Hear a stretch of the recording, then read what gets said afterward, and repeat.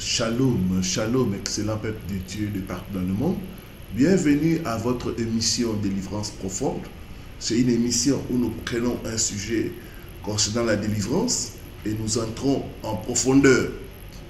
Ce soir ou ce matin, tout dépendant de l'heure à laquelle vous allez nous suivre, nous allons parler des signes qui doivent nous alerter concernant une mauvaise relation. Des signes qui doivent nous alerter que cette relation-là, Dieu ne la vit pas. Nous allons prier avant de commencer. Alors je vais te demander deux choses, de liker, de cliquer sur le bouton, le pouce j'aime, et puis de partager. Partager pour nous encourager à faire d'autres émissions. Partager pour aider quelqu'un qui peut se retrouver dans le même problème. Prions. Père, ta parole est la vérité. Selon qu'il est écrit, vous connaîtrez la vérité et la vérité vous affranchira. Que la vérité qui va sortir puisse nous affranchir. Que l'homme disparaisse et que toi tu sois vu. Au nom de Jésus-Christ. Amen. Romains chapitre 8, le verset 14.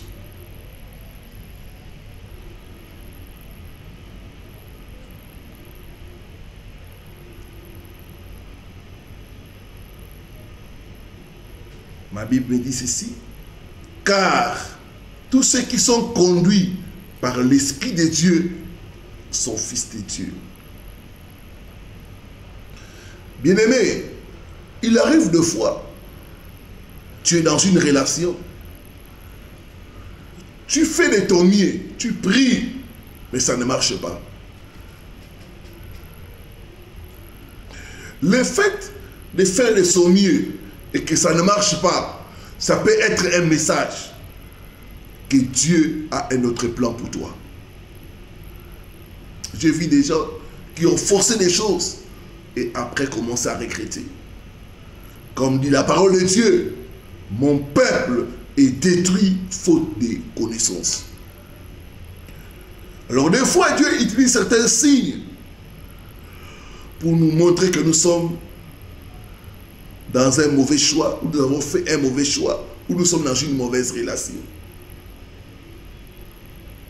Alors je vais nous donner 7 signes qui peuvent nous aider à reconnaître que nous sommes dans une mauvaise relation.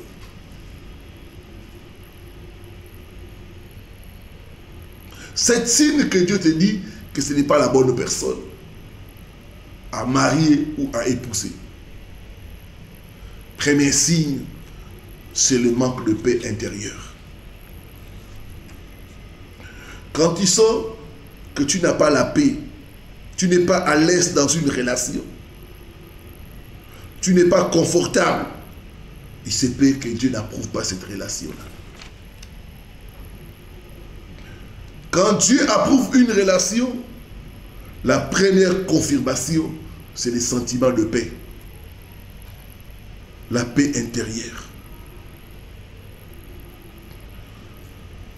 Quand vous avez les sentiments de paix, de calme dans votre esprit, ça montre que Dieu approuve une relation. Le manque de repos, chaque fois que vous êtes avec la personne, peut être un signe qu'il faut réévaluer cette relation. Philippiens 4, verset 6 à 7, la paix de Dieu gardera vos cœurs et vos pensées. Le manque de paix peut être un signe qu'il y a un feu rouge. Ne sois pas charnel, mais sois conduit par l'Esprit de Dieu. Même si l'autre personne te met la pression, ne cède pas, mais sois plutôt conduit par l'Esprit de Dieu. Deuxième signe, c'est la résistance. Quand Dieu ne te veut pas dans une relation, il peut te donner des signes qui vont causer la résistance. La résistance peut venir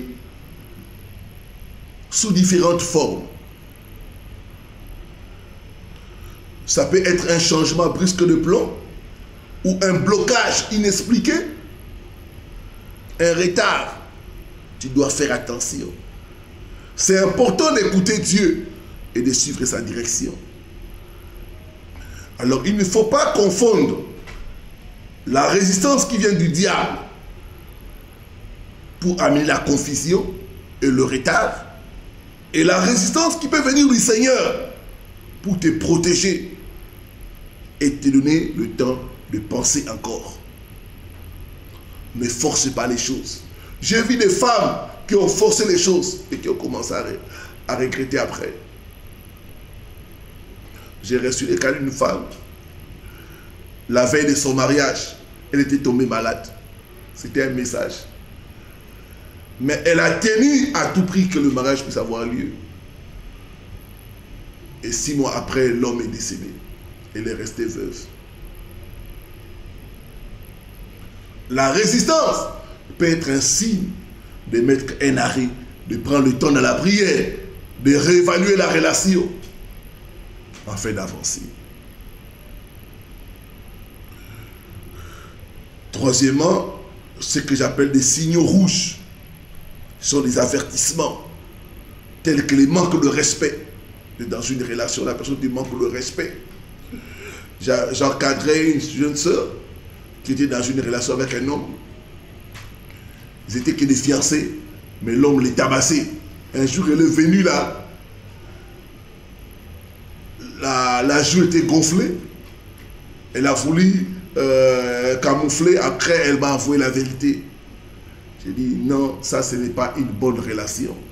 Ce sont des signaux rouges. Le manque de respect, l'infidélité, le mensonge, la violence, de mauvais comportements sont les signes que Dieu ne veut pas que tu puisses poursuivre cette relation-là. J'ai reçu des cas d'une jeune femme qui était en relation et quelques temps après, il a attrapé son homme avec une autre femme en flagrant délit d'adultère. Au lieu d'arrêter la relation, l'homme l'a supplié, la jeune dame a accepté de pardonner, ils ont avancé dans la relation et ils sont mariés et les infidélités ont multiplié. Aujourd'hui, cette sœur est malheureuse. Il y a certains signaux rouges qui ne sont pas bons. Le mensonge, l'infidélité, le manque de respect.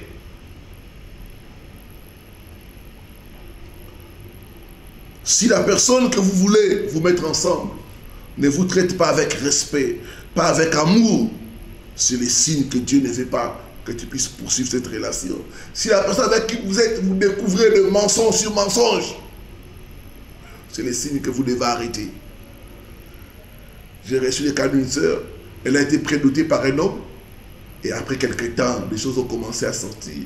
Elle a remarqué que tout ce que lui avait dit ces messieurs, c'était mensonge sur mensonge. Et quand elle m'a demandé des conseils, j'ai dit, c'est mieux vaut tard que jamais. Et elle a arrêté la relation. Je vous dis, elle a été épargnée de beaucoup de choses. Et beaucoup de fois, nous tombons l'erreur que la personne changera dans le mariage. Tu ne peux pas changer quelqu'un. Seul Dieu peut changer quelqu'un. Pourquoi la personne ne peut pas changer avant? Et souvent, nos sœurs tombent dans les erreurs. Je vais les convertir. Je vais la convertir. Et souvent, ça ne se fait pas. On dit souvent, l'amour est aveugle. Mais le mariage vous ouvre les yeux. Quatrième signe, la perte de son identité. Quand vous êtes dans une mauvaise relation, cette relation va vous changer, va vous faire perdre votre identité. Un ange qui est dans une mauvaise relation peut devenir un démon.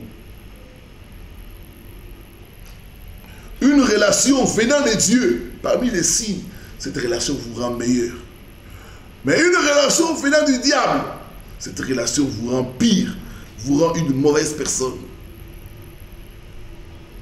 Quand une relation commence à vous changer négativement, à te faire perdre ton identité spirituelle, il faut faire attention. Ça peut être le message que cette relation-là ne vient pas de Dieu. Il y a des gens, tu es dans une relation, tu deviens plus colérique, amer, anxieux ou anxieuse. Ce sont des avertissements que cette relation est toxique, qu'il faut arrêter. Cinquièmement, le manque de crainte de Dieu. L'absence de crainte de Dieu est quelque chose à prendre au sérieux dans une relation. La crainte de Dieu, c'est la manifestation d'un respect profond envers le Créateur de l'univers. La crainte de Dieu est la fondation d'une relation solide entre les membres d'une même famille, les amis ou le couple. Quand quelqu'un te dit qu'il ne craint pas Dieu, quand quelqu'un, dans une relation, tu vois que la personne s'en fout des valeurs chrétiennes, des valeurs spirituelles, il faut faire attention. Quelqu'un qui te dit qu'il ne craint pas Dieu, quelqu'un qui vit sa vie comme il entend, ça peut être un avertissement. C'est un partenaire, c'est à risque, à haut risque. Je viens d'avoir le cas d'une sœur qui s'est mariée avec un homme, qui plus tard elle a découvert que l'homme était dans l'occultisme et que l'homme voulait la sacrifier. Quand tu es dans une relation et que la personne ne craint pas Dieu, la personne vit sa vie comme l'entend, il faut faire attention. Le respect de Dieu nous donne la force de respecter les autres. Sixième signe, c'est le manque de compatibilité. Amos 3:3, la Bible dit, deux personnes ne peuvent pas marcher ensemble sans être d'accord. La personne avec qui tu es en relation, est-ce que vous partagez les mêmes valeurs? Est-ce que vous partagez la même foi? Est-ce que vous avez la même vision commune des choses? Si vous ne partagez pas la même foi, les mêmes valeurs, la même vision du futur, c'est un signe qu'il faut faire attention. J'ai reçu le cas d'une sœur dont l'homme a brisé le cœur. Et dans la relation, ils ne partageaient pas les mêmes valeurs. L'homme, lui, il avait d'autres plans. Lui, il voulait rester à l'intérieur. La femme vivait à Kinshasa. Et ça n'a pas marché. L'homme ne se voyait pas quitter son milieu de l'intérieur du pays. Et la femme non plus ne voulait pas quitter Kinshasa pour aller le rejoindre. Donc, voyez, est-ce qu'il y a la compatibilité dans cette relation-là? Des personnes compatibles ne peuvent pas bâtir quelque chose ensemble. Des personnes incompatibles, cela va conduire à la confusion, aux discussions et autres. Et même au manque d'harmonie, au désaccord. Les couples doivent partager des points de vue en commun. Septième signe, ce sont les rêves et les visions. Dieu nous avertit des fois par des rêves et des visions. Es-tu attentif à tes rêves et à tes visions? Qu'est-ce que Dieu te dit? J'ai reçu le cas d'une soeur qui avait vu dans une vision qu'elle était en train de porter une charge. Et ce homme était là. Il ne l'aidait pas. C'est déjà un message pour lui dire, faites attention à cette relation. L'homme ne va pas t'aider. Mais la sœur, ils sont allés de l'avant, ils se sont mariés. Et dans le mariage, l'homme est insensible.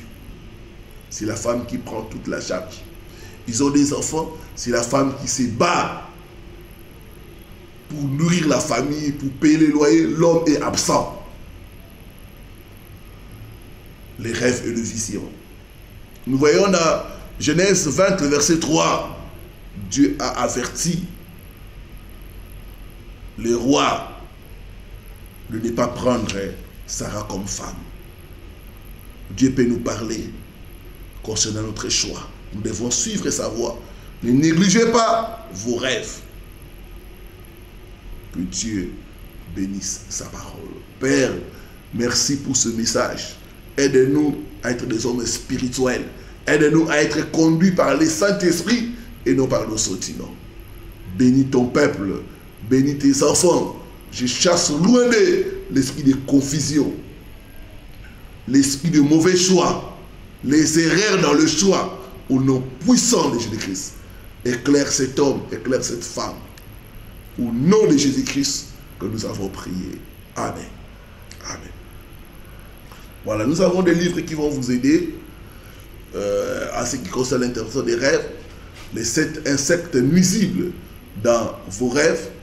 Je parle des abeilles, de mouches, et je donne les significations spirituelles. Sortir de prison des sorcelleries. Je parle de prison des célibats. Je parle de prison de pauvreté. Je parle de prison de maladie. Et je parle de prison des cimetières. C'est un livre très intéressant qui va t'aider à grandir dans la foi. Les objets fréquents dans nos rêves. Il y a certains objets qui reviennent souvent dans nos rêves. Par exemple, l'argent, les habits, la voiture. Mais quelle est l'interprétation et comment prier par rapport à cela? 10 lieux fréquents et dangereux dans nos rêves. Il y a certains lieux, quand tu te retrouves la nuit, ce n'est pas un bon signe.